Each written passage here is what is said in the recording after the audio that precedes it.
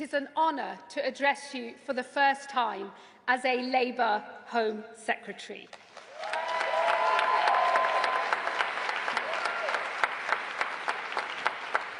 If I am honest, it is an honour I never expected, and it is one that would have been unthinkable to my parents when they first arrived here in the 1970s.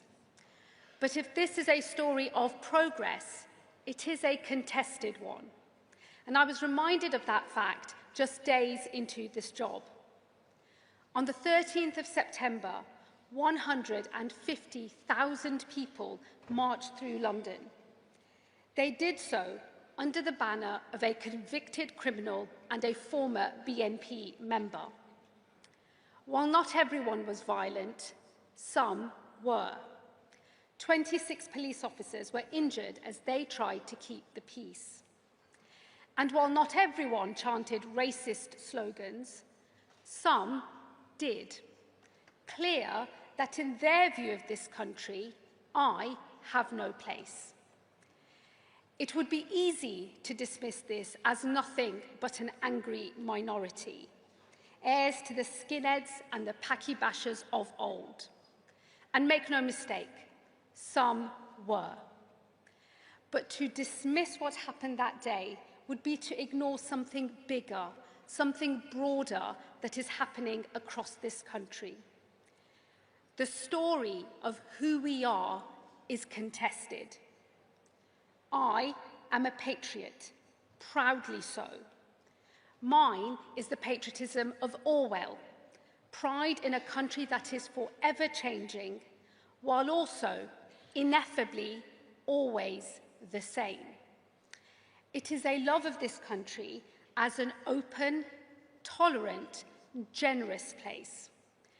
But that broad vision of who we are is increasingly disputed.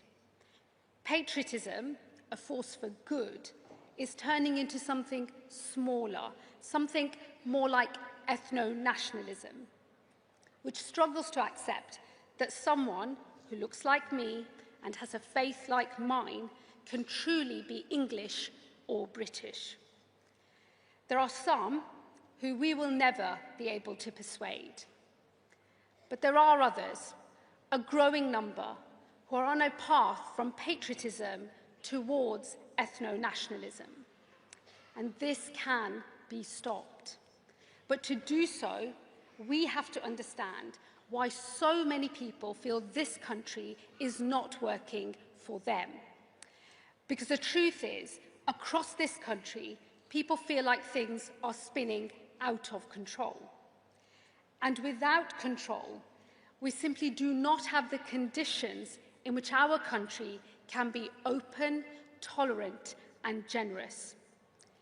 When people see small boats arriving on our shores, they see a country that has lost control.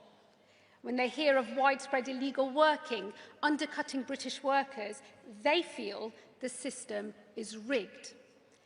And when they see crime unchecked on unsafe streets, they feel fearful.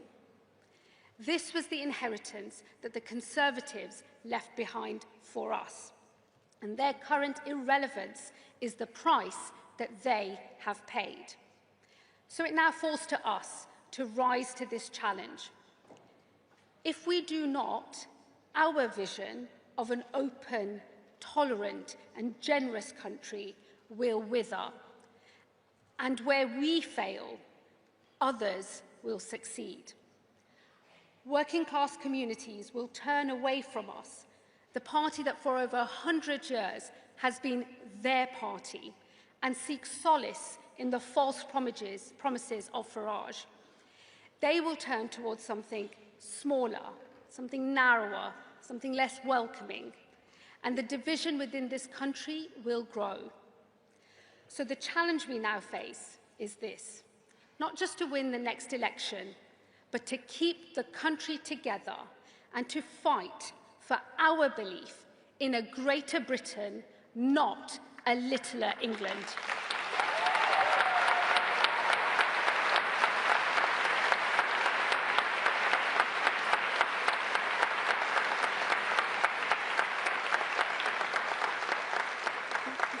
That work begins at our borders, where we must restore order and control. We will always remain a country that gives refuge to those who are fleeing peril. But we can only be open to the world if we are able to determine who comes in and who must leave. And it is clear there is more work to be done. On my second day as Home Secretary, over 1,000 people arrived by small boat. But the deal with the French, agreed by my predecessor, Yvette Cooper, marked a historic step forward. Yvette, we all owe you our thanks.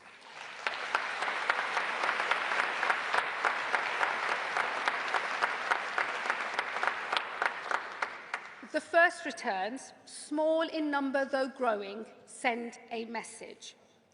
To those profiting from the trade in human beings, we will break your business model and we will ensure that your crimes do not pay.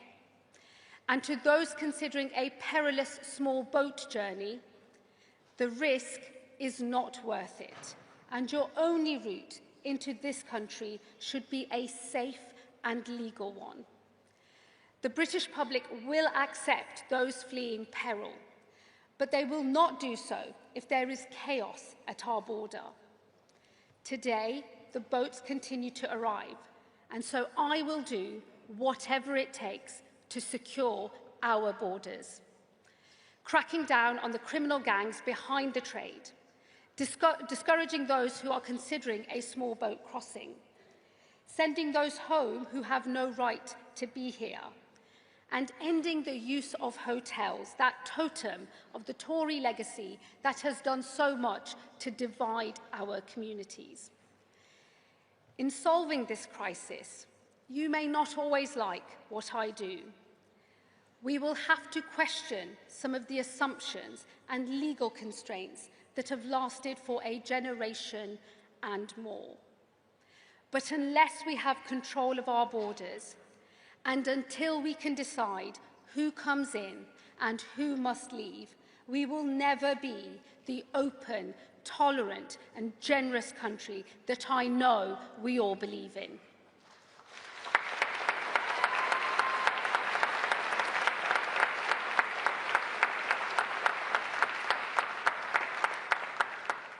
While small boats are the most visible sign of a loss of control, they are not the only one. This country has always welcomed migrants, like my parents, who came here in pursuit of a better life, who worked hard, contributed to this country, and in time became a part of it. But in recent years, under the last Conservative government, the scale and the speed of change, as well as the nature of it, has frayed trust and eroded public confidence. Between 2021 and 2024, we saw over 2.6 million more people enter this country than leave it. And this included widespread abuse of Boris Johnson's health and social care visa, which saw 710,000 people arrive here. Far too many have been able to enter this country and disappear into the black economy. A rank betrayal of the Tories' old promise that they would take back control. If we are to preserve our openness to migrants like my parents, then we need a system that is fair to those who are already here. That means cracking down on illegal working that undercuts British workers. It means ensuring hiring practices are fair, forcing companies to fund training for homegrown workers if they are hiring from abroad. Crucially, it also means setting rules that ensure contribution to this country is a condition of living here.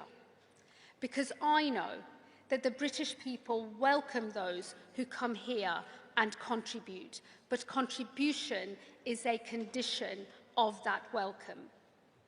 For that reason, we will soon increase the time in which someone must have lived in this country to earn indefinite leave to remain from 5 years to 10.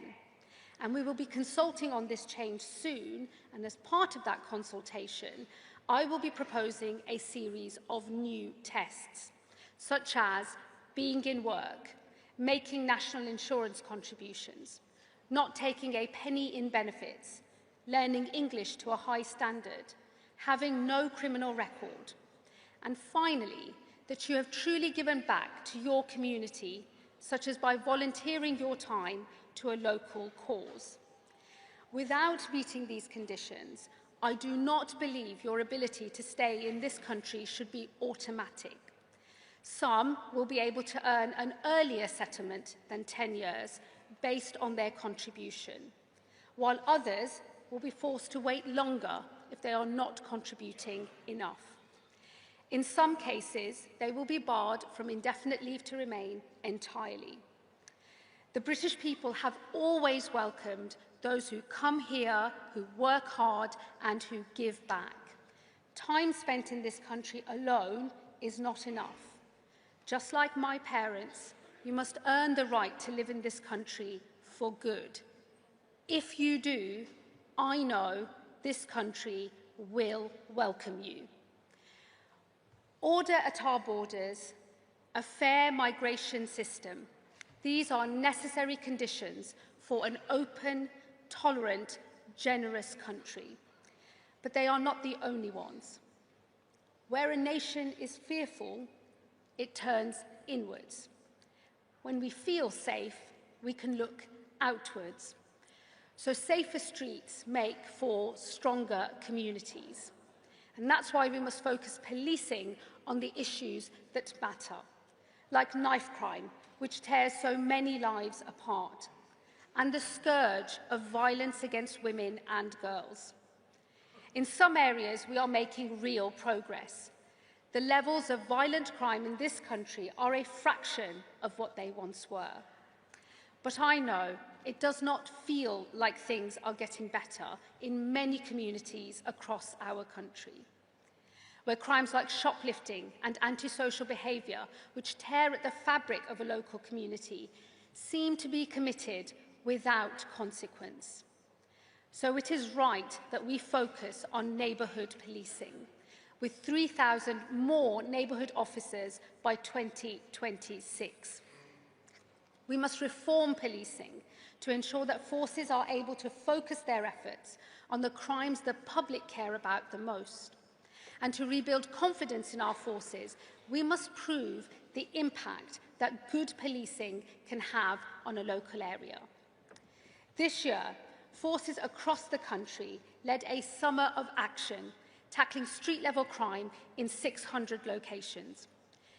This saw more visible police patrols, more undercover operations, more fines, more protective orders, and more arrests. On the back of that success, this year, we will launch a new winter of action. Forces across the country, in partnership with local businesses, will target shoplifters and antisocial behaviour during the busiest weeks for all retailers. Once again, we will reach hundreds of locations and tackle the offending that wreaks havoc on our high streets. I am a rare Home Secretary, perhaps the only one whose first job was behind the till in my parents' corner shop. I know there is nothing low-level about shoplifting.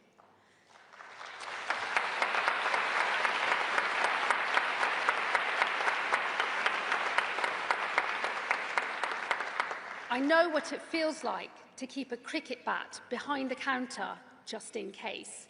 And so I know, better than most, that when we get tough and tackle crime like this, we bring communities together. Safety is a precondition of the open, tolerant, generous country that we want to be. While that starts at our streets, it extends to the nation itself.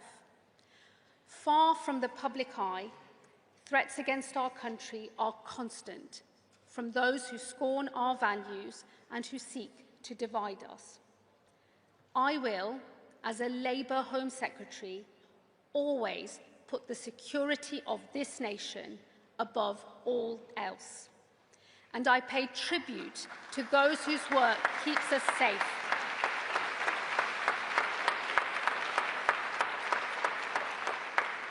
I pay tribute to those whose work keeps us safe, but whose successes are often hidden from public view. I know what it feels like to be a Muslim in this country in the wake of the devastating terror attacks of 9/11 and 7/7. I know that we are a stronger and more united country when we tackle those who seek to destroy our way of life, no matter who they may be. Conference, I know we share a vision. It is of an open, tolerant, generous country. It is a patriotism that speaks but does not feel the need to shout. It is one that embraces those who trace their roots back in this country over 1,000 years, and also those who look like me. It is a patriotism that accepts that some things in this country will change, but that there is something essential that will always endure. I believe we are in a moment where a patriotism like this is at risk, turning instead towards a smaller, more divisive ethno-nationalism. Our challenge now is to fight for our vision of this country, and in doing so, to hold it together. That is what I will do as Home Secretary. With order at our borders, fair migration, safe streets, and a secure nation. Some may describe me in the coming months as a tough Home Secretary. Perhaps that is true. But let it never be forgotten that I will be a tough Labour Home Secretary.